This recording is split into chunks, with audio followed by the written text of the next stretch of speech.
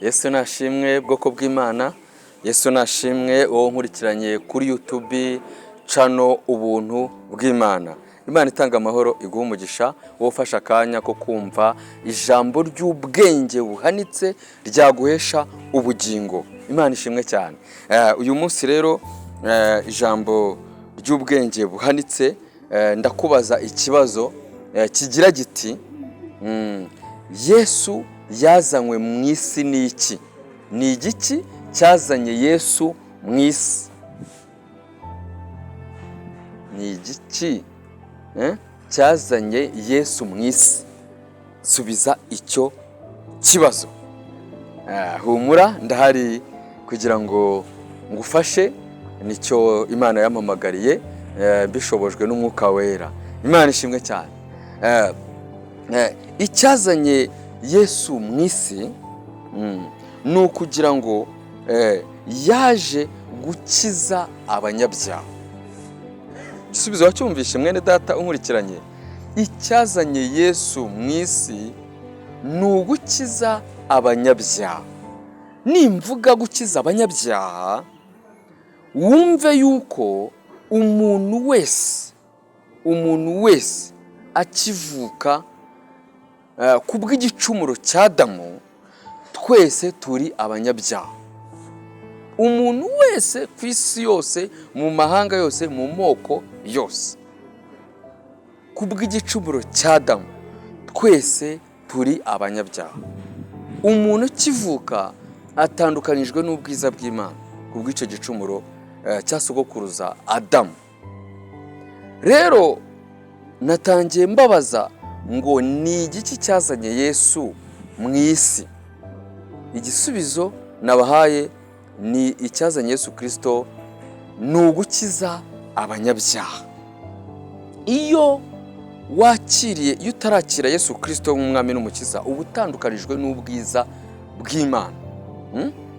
Yego, ariko icyazanye Yesu ni ugukiza abanyabyaha, ngo kugira ngo umwizera wese atarimbuka. Iyo wizeye Yesu Kristo nk'umwami n'umukiza, Yesu akunga n'Imana. Uwari utandukanijwe n'ubwiza bw'Imana niyo wakiriye Yesu Kristo, kuko icyazanye Yesu Kristo harimo kuwutwunga n'Imana. Iyo umwizeye Yesu rero, ukamwizera nk'umwami n'umukiza, ukamwizera nk'umwana w'Imana, icyo gihe abakunze n'Imana. Haleluya. Uwo wari utandukanijwe n'ubwiza bw'Imana kubw'igicumuro cya Adamu, ukimara kwizera Yesu Kristo nk'umwami n'umukiza wawe. Haleluya. Nk'umwami n'umukiza, umukiza rwose. Icyo gihe, haleluya, uba akunze n'Imana. Nta kindi rero cyazanye Yesu Kristo ni ugukiza abanyabyaha. Ukimara kumwizera, ready ahise agukiza, ntukiri umunyabyaha, kuko wamaze kujya gute kwizera Yesu Kristo w'i Nazareti udushoboza byose. Kandi ukimara kumwizera, ikiba gisigaye gikurikiye ni ukugira gute? Ni ukumwumvira. Haleluya. Ni ukumvira uwo mwami wimbitse umutima wawe, agatangira kukuyobora. Pawulo yaravuze ngo ntitukiri abacu ngo twigenga, ngo kuko twaguzwe amaraso y'igiciro cyinshi. Haleluya. Niyo umaze kwizera Yesu Kristo, ntabwo uba ukigenga, ahubwo wizeye, wakire mu mutima wawe, niwe utangira kukuyobora, nawe ugasabwa kugira gute? Kumwumvira. Imana ishimwe cyane. Imana ishimwe cyane. Nuko rero mwene data unkurikiye, icyazanye Yesu Kristo ni ugukiza abanyabyaha.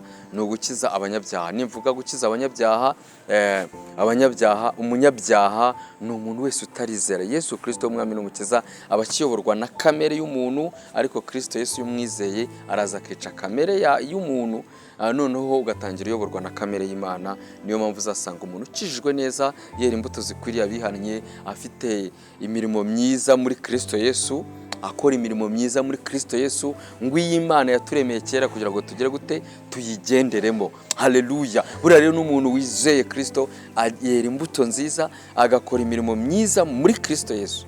Haleluya. Ariko sinzi nimba iryo jambo ryo gukora imirimo myiza muri Kristo Yesu uri kurisobanukirwa. Reka ndigusobanurire.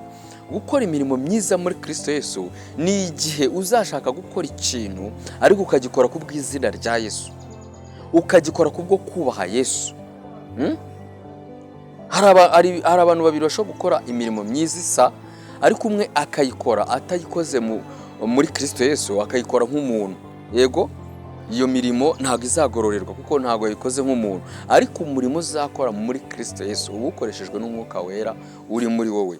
Ni hahandi umuntu ashobora kuza kukubwira ati nguriza 2,000 ndaburaye cyangwa se 1,000, ariko wareba ugasanga nawe nukimuha nawe kurya biraza kukubera ikibazo. Wenda nawe nicyo wari ufite cyo kurya, ariko ukavuga ngo kubwa Yesu, kubw'uko nakijijwe, kandi Yesu anyigisha gukundana, anyisha gukunda mugenzi wanjye kuko nikunda, iki 1,000 nubwo ari cyo narifite, reka nyimuhage kurya cyangwa se ngura ibyo kurya tubisangire.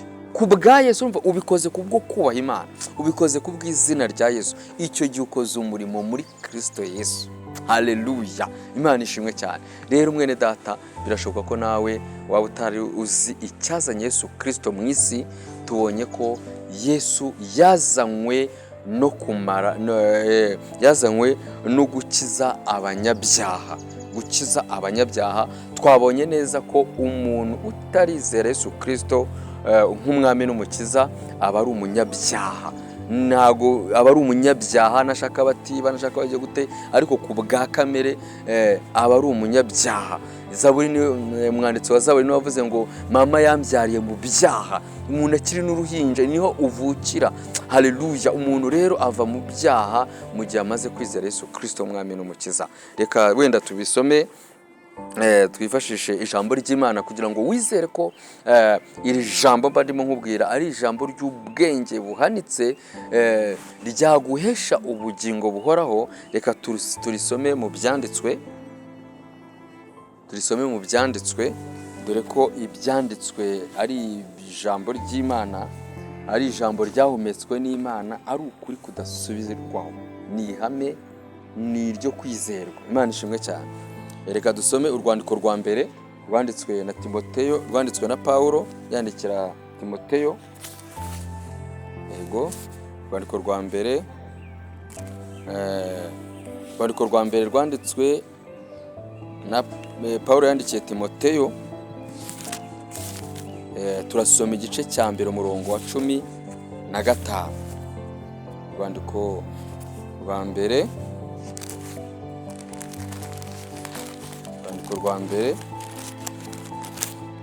Paulo yandikiye Timoteyo, igice cya mbere umurongo wa 15. Aravuga ngo iri jambo ni iryo kwemerwa,